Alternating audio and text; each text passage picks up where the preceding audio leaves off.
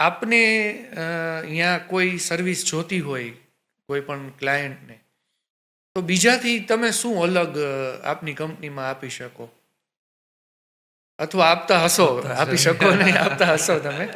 અરે આમ જો તો દરેક કંપની નેચરલી પોતાના એફર્ટ્સથી કંઈક ને કંઈક અલગ વસ્તુ કરતી હોય, પણ અમે 13 વર્ષમાં જે ઓબ્ઝર્વેશન કર્યું છે અમારા ફિલ્ડની અંદર, એ ચાહે આઈએસઓ સર્વિસ હોય, ચાહે આઈએસઓ ઓડિટિંગ પ્રોસેસ હોય, ચાહે બ્રાન્ડ રજિસ્ટ્રેશન હોય, ચાહે કોપીરાઇટ, અમે એક શબ્દ છે કન્સલ્ટિંગ, આ શબ્દને 13 વર્ષથી સતત નિભાવીએ છીએ. એટલે કે અમારી પાસે જ્યારે કોઈ ક્લાયન્ટ આવે છે તો અમે એની રિક્વાયરમેન્ટને સમજીએ છીએ. ઓકે. અગર કોઈ ક્લાયન્ટ એમ કે સાહેબ મારે ત્યાં આખી આઈએસઓ પ્રોસેસ છે, એટલે કે આઈએસઓ મુજબની સિસ્ટમ પ્રોસેસ સેટ કરી આપો, તો અમે એના ઓર્ગેનાઇઝેશનની રિક્વાયરમેન્ટ, એના નંબર ઓફ એમ્પ્લોય, એ બધી વાતને સમજીએ છીએ. પછી એ પણ પૂછીએ છીએ કે આ બધું કર્યા પછીથી તમે જાળવી શકશો. ઓકે. ખાલી એવું જ નહીં કે ચાલો આપણે એનું કામ લઈ લઈએ. એવી જ રીતે જ્યારે અમારી પાસે કોઈ બ્રાન્ડ રજિસ્ટ્રેશન કરાવવા માટે આવે છે તો અમે એની બ્રાન્ડનું વિઝન શું છે. ઓકે. ગઈકાલે જ અમારા સાથે ક્લાયન્ટ બેઠા હતા, અથવા તો નિરંતર અમારી સાથે ક્લાયન્ટ બેસતા હોય છે, તો અમે એના સ્ટાર્ટઅપ્સ હોય છે તો પૂછીએ છીએ કે તમારી બ્રાન્ડનું વિઝન શું છે. જો તમારો બ્રાન્ડનું વિઝન છે કે ભાઈ અમારે રાજકોટ પૂરતી જ મર્યાદા છે, વિશેષ કોઈ ડેવલપમેન્ટ નથી કરવું, તો અમે એને એ રીતે ગાઈડ કરીશું.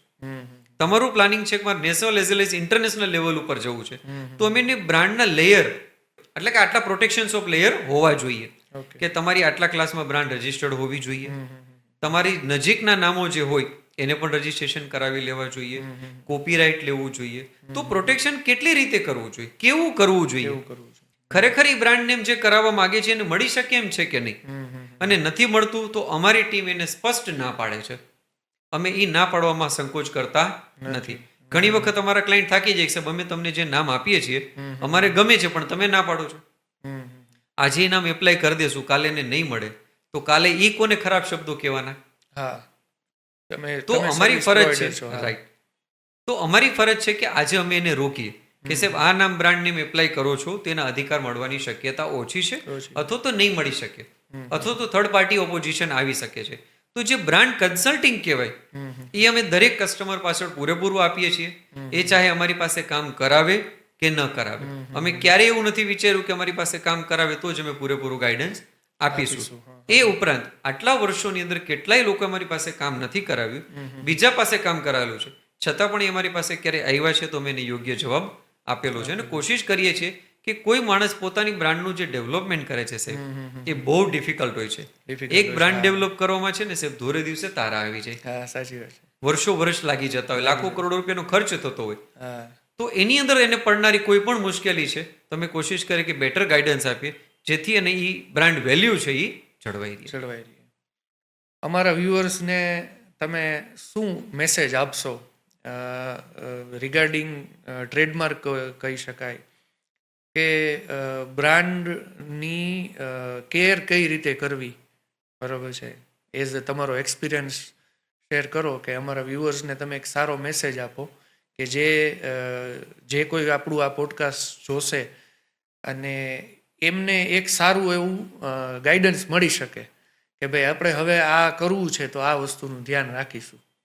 તમારા ઓડિયન્સને હું એટલો જ મેસેજ દેવા માંગીશ, અથવા તો દરેક વ્યક્તિ જે આ પોડકાસ્ટને જોઈ રહી છે, તમે જે કંઈ પણ સ્ટાર્ટઅપ કરો છો એ સ્ટાર્ટઅપને આઈપીઆર ઇન્ટેલેક્ચ્યુઅલ પ્રોપર્ટી રજિસ્ટ્રેશન કર્યા વગર શરૂઆત કરો નહીં.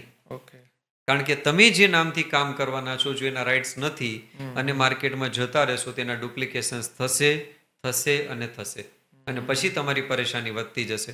તો હું એટલો ચોક્કસપણે આગ્રહપૂર્વક કહીશ કે તમે જ્યાં પણ છો, જેની પાસે પણ છો, તમને જે પણ વ્યક્તિ યોગ્ય લાગે, પણ તમે પોતાના બ્રાન્ડના પ્રોટેક્શન લઈ અને પછી જ પોતાના બિઝનેસને આગળ લઈ જાઓ. ઇન શોર્ટ, જે કોઈ સર્વિસ લ્યો છો એ પ્રોપર વ્યક્તિ પાસે લ્યો. કેમ કે સર મેં એવું સાંભળેલું છે કે હા શું નામ રાખવું છે, હા ફોનમાં જ આપણને કહી દે, હા એ તમારું આ ક્લાસમાં આવશે અને આટલો ખર્ચ થશે, તો એનાથી દૂર રહેવું જરૂરી છે.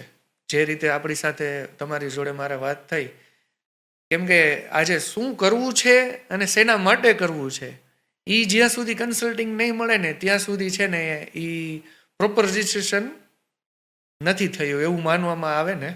રાઈટ. નોર્મલી કેવું છે સર કે દરેક વ્યક્તિ બીજા વિષય વિશે એટલા અવેર નથી જોતા.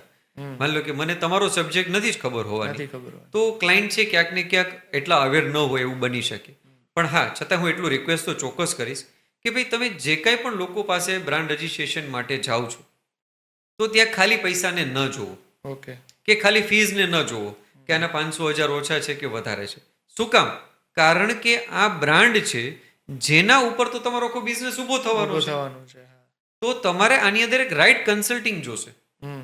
એવી ટીમ જોશે કે જે ટીમ આજથી લઈ અને તમારો બિઝનેસ ચાલે એની એન્ટાયર જર્નીમાં તમને કાયદાકીય એટલે કે લીગલ સપોર્ટ છે એ પૂરેપૂરો પૂરો આપી શકે.